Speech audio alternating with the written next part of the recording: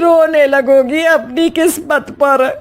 अगले दिन सास अपनी बड़ी बहन के यहाँ चली जाती है। पति अपना काम कर रहा होता है और सुरुचि उसके पास जाकर कहती है, ये जुएं खत्म करने की दवाई है, मैं मालिश कर देती हूँ। अरे लेकिन तुमको पाप नहीं लगेगा? अपनों की खुशी के लिए अगर छोटे मोटे पाप करने पड़े तो वो पाप अच्छे हैं जी। सुन के प्रतिज्ञा ले ली थी कि अब वो कोई भी पाप नहीं करेगी, सबसे अच्छे से बात करेगी, किसी के साथ बुरा नहीं करेगी। बहू, ये मच्छर तेरे गाल पे कब से बैठा है? अरे काट लिया तो गाल गुलाब की तरह लाल कर देगा। बैठे रहने दो माँ जी, उसे आराम करना होगा। उसने मेरे गाल को अपना घर समझ लिया है तो मैं उसे बेघर क्यों करूं? अरे ज्ञान की बारिश बाद में करना, अपने गाल का मच्छर हटा ले। मलेरिया हो गया तो तुझे आराम करना पड़ेगा। माँ जी, डेंगू मलेरिया तो सांसारिक बीमारियां हैं, हमें इनसे ऊपर ही तो उठना है ना। अरे बेटा, इनसे आदमी ऊपर ही उठ जाता है। क्या हुआ? काट लिया। अरे मैंने तो कहा ही था, मार देना था उसको। नहीं नहीं माँ जी, उसे भोजन करना था, मैंने उसे पोषण दिया है, मुझसे पुण्य का काम हुआ है। अरे उड़ रहा है टुनटुना के, ताली बजा के मार दे वरना फिर काट खाएगा। नहीं नहीं माँ जी, जीव हत्या करना पाप है।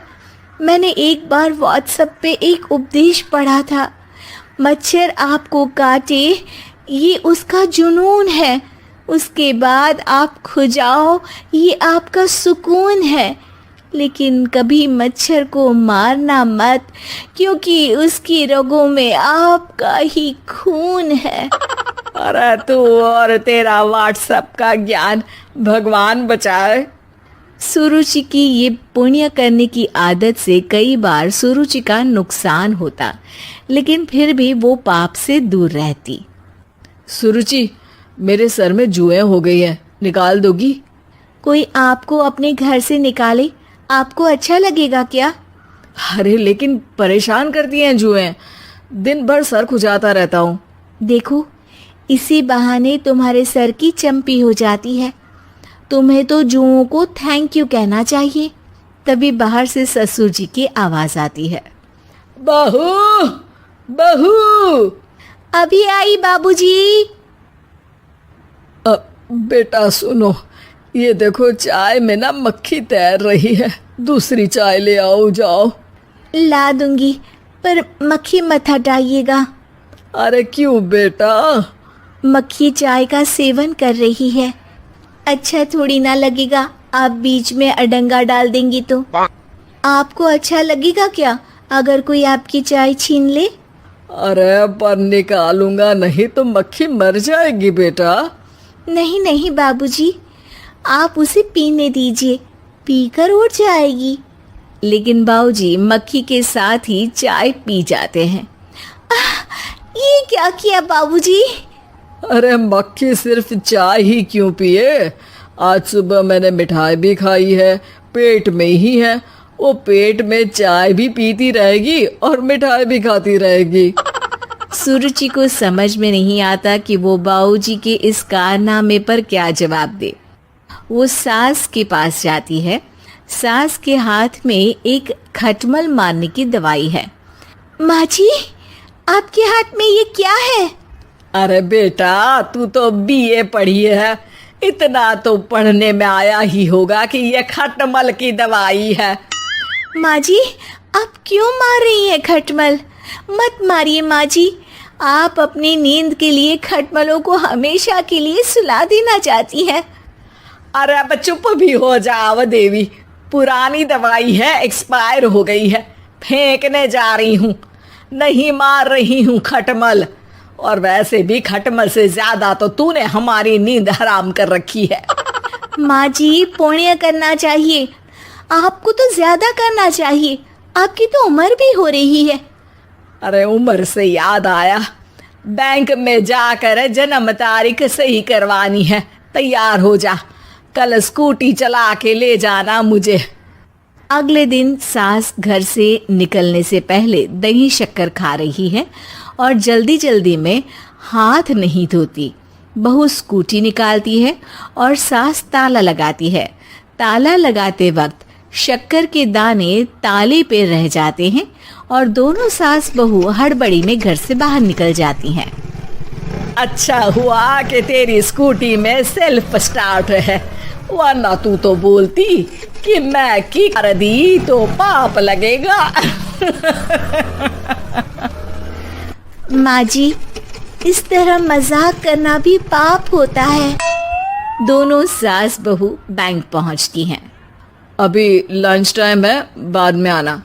अरे भाई साहब सुन तो लो, करवाना क्या है? अरे जन्म तारीख बदलवानी है। कैसे बदलेगी? अब किसी और तारीख को पैदा हो जाओ। यही चुटकुला आप अपने मैनेजर को भी सुना पाओगे ना? वो भी हंस ले थोड़ा। अभी बुलाती हूँ। अरे अरे रुकिए रुकिए, ये फॉर्म भरिए और आधार कार्ड दीजिए। अरे राम रे, आधार कार्ड तो भूल ही गई, उसके बिना तो नहीं होगा। अरे बहू जा, घर से जल्दी से मेरा बटुआ उठा ला, उसमें मेरे सारे कार्ड रखे हैं। जा जा जल्दी लेकर आ, वरना बैंक बंद हो जाएगा और कल मुझे अपनी बहन के यहाँ भी तो जाना है ना। जी माँ जी, अभी गई और अभी आई। अरे रुक, चाबी तो लेकर जा घर की। बहू जल्दी से घर पहुंचती है, लेकिन घर पहुंचते ही देखती है कि ताले पे बहुत सारी चींटियां हैं, जो माँ के ताला लगाते वक्त हाथ से ताले पे शक्कर छूट जाने के कारण आ गई थी। चींटियां, हट जाओ, मुझे आधार कार्ड निकालना है। बहू चींटियों को हटाती नहीं है, उनसे मिन्नतें करने लगती है। सुनो, हट जाओगी तो और भी शक्कर के दाने खिलाऊंगी। अभी सास का काम बहुत ज़रूरी है, मेरी बात सुन लो, मान लो। मैंने तुमको हटाया तो पाप हो जाएगा। चींटियाँ कैसे सुरुचि की बातें सुनती जब घर में ही उसकी कोई नहीं सुनता था। शाम हो जाती है पर चींटियाँ हटती नहीं है। तभी सास वहाँ ऑटो से आ जाती है। अरे कहाँ रह गई तू? बैंक भी बंद हो गया। माँ जी, ताले पे चींटी। सास पूरा माजरा समझ जाती है और बहू से कहती है, एक बात बता, सोच के देख, अगर मुझे खून की बोतल चढ़ानी पड़ी और उस पर चींटी बैठी हो, तो बोतल से चींटियों को हटा के मुझे बचाएगी या चींटियों को वहीं बैठा रहने देगी? माँ जी, ऐसा होगा ही नहीं। अरे चींटियों को तो मीठा पसंद होता है, खून की बोतल पे तो मच्छर आएगा, क्योंकि खून तो मच्छर पीता है। सास सर पकड़कर बैठ जाती है और रोने लगती है। तभी ससुर जी और सुरुचि का पति भी वहां आ जाता है। अरे रो क्यों रही हो?